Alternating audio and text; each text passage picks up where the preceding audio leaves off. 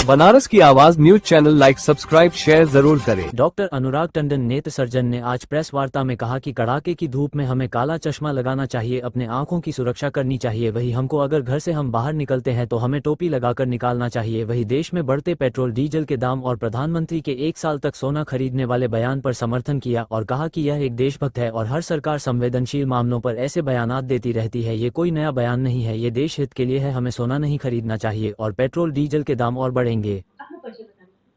आपको मालूम ही है, मैं डॉक्टर अनुराग टंडन हूँ, नेत्र सर्जन हूँ, एंटीरियर चेकमेंट segment specialist, phaco specialist, glaucoma specialist, साथ में लायंस आई बैंक का सचिव भी हूँ, आईएमए का इस सत्र का प्रेसिडेंट हूँ और खत्रिय हितकारिणी सभा बनारस का संरक्षक हूँ। खत्रिय हितकारिणी सभा प्रदेश, देश और इंटरनेशनल का वरिष्ठ उपाध्यक्ष हूँ।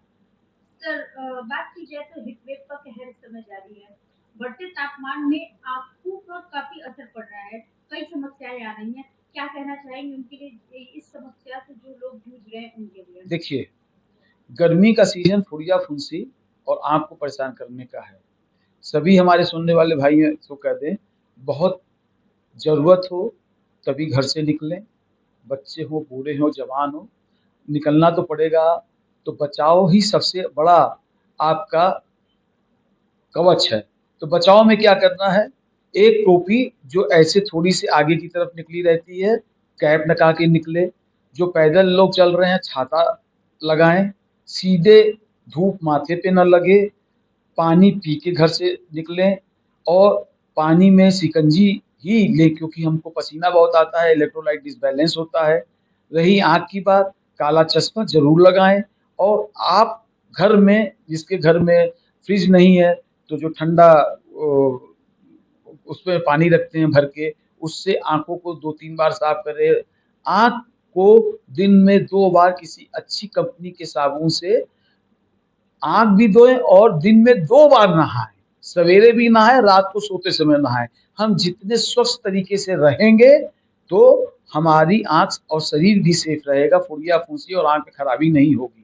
बात नंबर 2, अगर इस गर्मी में ज़्यादातर जो परेशानियां आती हैं वो खुजली की, आंख लाल होने की और फुड़िया फुंसी होने की, तो मेरा सिर्फ कहना का मतलब ये है कि किसी अच्छे डॉक्टर से मिलके या बाजार में किसी अच्छी कंपनी की समझ के एंटीबायोटिक डालिए और स्टेरॉइड जिसमें डीएस होता है और प्रेडनिसोलोन दवा एकदम अवॉइड करें कि नहीं डालना है। अगर आराम नहीं मिल रहा है तो डॉक्टर से आएं और दवा लिखवाएं। सेल्फ मेडिकेशन न करें। घर में कोई भी पुरानी रखी हुई दवा बिल्कुल न डालें और जो नई दवा खरीद के लाएं वो फ्रिज में रख के साफ रखें और आँख में डालें। आपको आँख में बिल्कुल आराम मिलेगा। और निश्चित रूप से इस गर्मी में हमको लू से बचना है, धूप से निकला है, बहुत ज़रूरत हो तो घर से बाहर निकलें।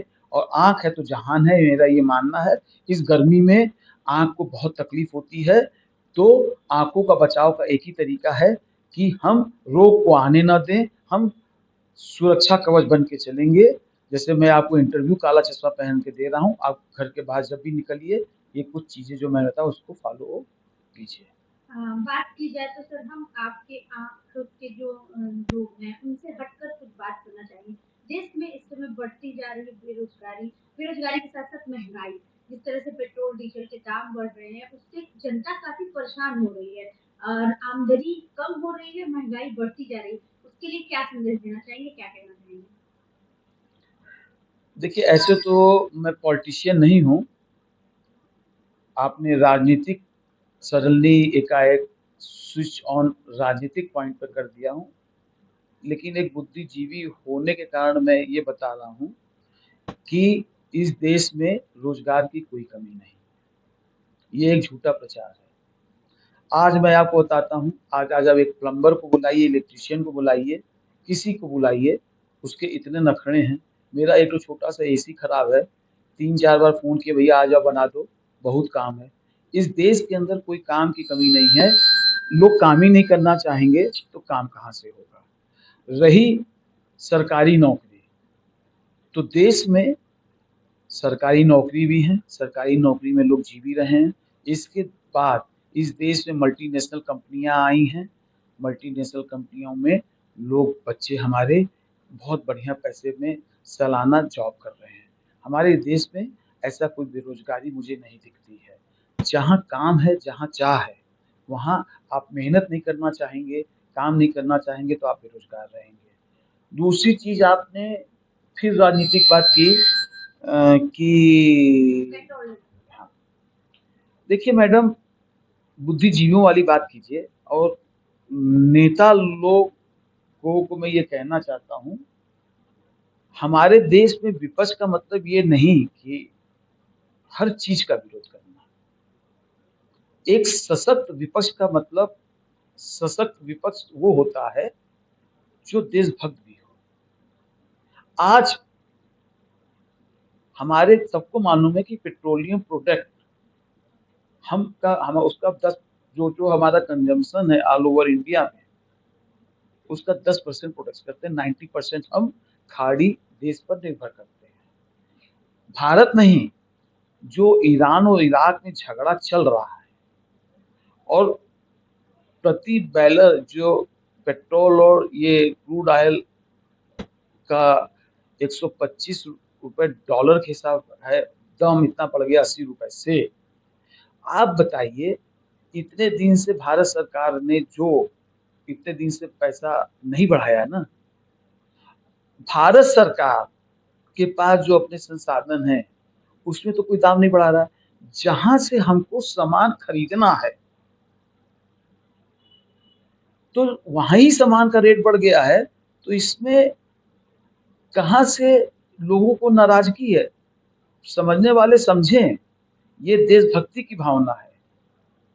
आप पेट्रोकेमिकल, हम किसी और कंट्री पे डिपेंड हैं और भारत में तो तब भी दाम बहुत कम है। मैं आपको सुनने वालों, मेरे बहुत से दोस्त अब्रॉड में रहते हैं, अमेरिका, इंग्लैंड। अमेरिका के पास अथाह पेट्रोल है, एक कंट्री पे कब्जा कर लिया है बगल की। इंग्लैंड के पास अथाह पेट्रोल है, यूरोप में अथाह पेट्रोल है। इस युद्ध के बहाने वेल डेवलप कंट्री ने अपने देश में पेट्रोल का दाम जबरदस्ती का बढ़ाया रखा है कि कमाई हो जाए। इसी बहाने भारत सरकार तो भाई जहां तेल ही नहीं है वो तो उतना ही दाम बढ़ा रही है, और हम लोग को सोचना चाहिए। और इस समय जब देश इतनी क्रिटिकल पोजीशन पे, मेरा अपनी बुद्धिजीवियों का सोच है, मेरी अपनी व्यक्ति, ये कोई राजनीतिक सोच नहीं, मैं कोई राजनीतिक पार्टी का प्रवक्ता हूं बहन जी। क्या संदेश देना मैं यही संदेश देना चाहता हूं, ऐसे देश जब संकट में है तो देश में राजनीति इस विषय पर नहीं होनी चाहिए। देश का प्रधानमंत्री देश का प्रथम सेवक होता है, वो कोई भी पार्टी का हो। अगर उसी ने किसी चीज का आवाहन किया है तो उसने कुछ सोच के किया है। उस पर राजनीति करने का मतलब उनकी बातों को ये कहना पेट्रोल का दाम बढ़ रहा है, ये मानसिकता से अगर आप विरोध कर रहे हैं, इसका तो आप देशभक्त नहीं है, या आपके पास नॉलेज नहीं है कि देश कैसे चलाया जाता है। सोने चांदी को लेकर भी उनका बयान आया, सोनार काफी नाराज दिखे। अरे भाई, सोना चांदी, ये बताइए हमको, सोनार नाराज दिख रहे हैं? जो बना के रखे हो इतना सोना चांदी, पहले वो तो बेचो। सोना कोई मोदी जी ने थोड़ी महंगा कर दिया है कि भारत सरकार ने सोना महंगा किया है। महंगा नहीं किया, उन्होंने अपील किया है कि 1 वर्ष तक खरीदे ना। देखिए, आप ना पहले देश के प्रधानमंत्री की भावना समझिए। उन्होंने आपका, हाँ, अगर मान लीजिए उन्होंने मना किया है, चलिए वो देशभक्ति की बात बोल रहे हैं कि हमारा डॉलर से सोना आता है। अगर हमारे देश में अगर हम सोना खरीदना भी चाहेंगे, क्या मोदी जी हमारे ऊपर इंस्पेक्टर के भेज के कोई धारा लगाने जा रहे हैं? अपील की है। एक अपील किया है, और ये अपील, मैं बताऊं, मेरी उम्र 60 साल हो रही, मैं बचपन से राजनीति देख रहा हूं। भारत में पहली ये बार ये देश के किसी प्रधानमंत्री ने अपील नहीं की है। नेहरू जी से लेकर राजीव गांधी तक जितने प्रधानमंत्री बने हैं, देश में संकट आया है, सभी प्रधानमंत्रियों ने देश की जनता के सामने अपील की है। नेहरू जी ने भी अपील की थी कि सोना दान कर दीजिए। चीन की लड़ाई पे सोना दान हुआ। इंदिरा गांधी जी ने भी कहा था सोने को बचाइए, सोना दान कीजिए। मनमोहन सिंह की सरकार ने भी कहा गया था पेट्रोलियम का यूज कम कीजिए। चिदम्बरम जी ने भी कहा था कि सोना मत खरीदिए।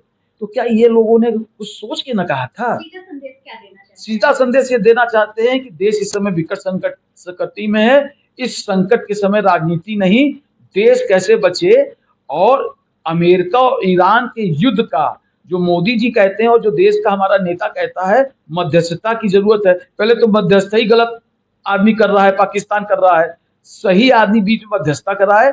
युद्ध किसी चीज का सलूशन नहीं है। और ईरान और अमेरिका का युद्ध, हर आदमी लेटर लिखे, ईमेल करे अमेरिका के प्रधानमंत्री को कि आप गलत कर रहे हैं, युद्ध को तुरंत खत्म कर दीजिए।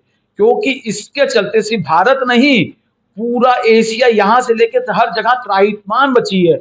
मैं आपको बता रहा हूं, इस देश की जनता को बता रहा हूं, आप एक बार पाकिस्तान बगल में बांग्लादेश और कंट्री में चले जाइए, देखिए क्या हाहाकार मचा है पेट्रोल और गैस का लेकर, मारा मारी है। हमारे देश में कितना, अच्छा ये बताइए कितना रुपया बढ़ा दिया पेट्रोल का। मुझे आज भी याद है कि जब पेट्रोलियम थी और मनमोहन जी की सरकार थी, एक रात में 8 रुपया बढ़ा था। बढ़ा था कि नहीं बढ़ा था? तो उन्होंने क्या अपने घर के लिए बढ़ाया था? जरूरत थी बढ़ा दिया, जनता ने एक्सेप्ट किया। तो देश संकट में है, हमको देश नहीं रहेगा तो हम रह के क्या करेंगे? मैं तो भाई ये मानता हूं, पेट्रोलियम प्रोडक्ट बढ़ा है दाम तो मजबूरी में बढ़ा है, कुछ जानबूझ के अपने घर में पैसा ले जाने की सरकार नहीं बढ़ाई है। और अभी और भी बढ़ेगा, मुझे मालूम है भी, अगर युद्ध नहीं खत्म होगा तो अभी और बढ़ेगा। इसके लिए तैयार रहना चाहिए। नहीं तो फिर भाई आप लोग स्कूटर गाड़ी छोड़ दीजिए, क्योंकि जिस देश के अंदर पेट्रोल ही नहीं बनता है तो फिर आप गाड़ी चलाना छोड़िए। और जहां से पेट्रोल आ रहा है तो फिर उसको मंजूर, उसने इतना दाम बढ़ाया है, बाहर से दाम बढ़ा है तो इंडिया में सस्ता कैसे बिकेगा? इंडिया अभी भी और देशों के हिसाब से बहुत कम पैसा बढ़ाया है। अभी आप लोग को ज्ञान नहीं है, जरा जाके देखिए, तो अमेरिका जाके देखिए, पता चलेगा कितना दाम बढ़ा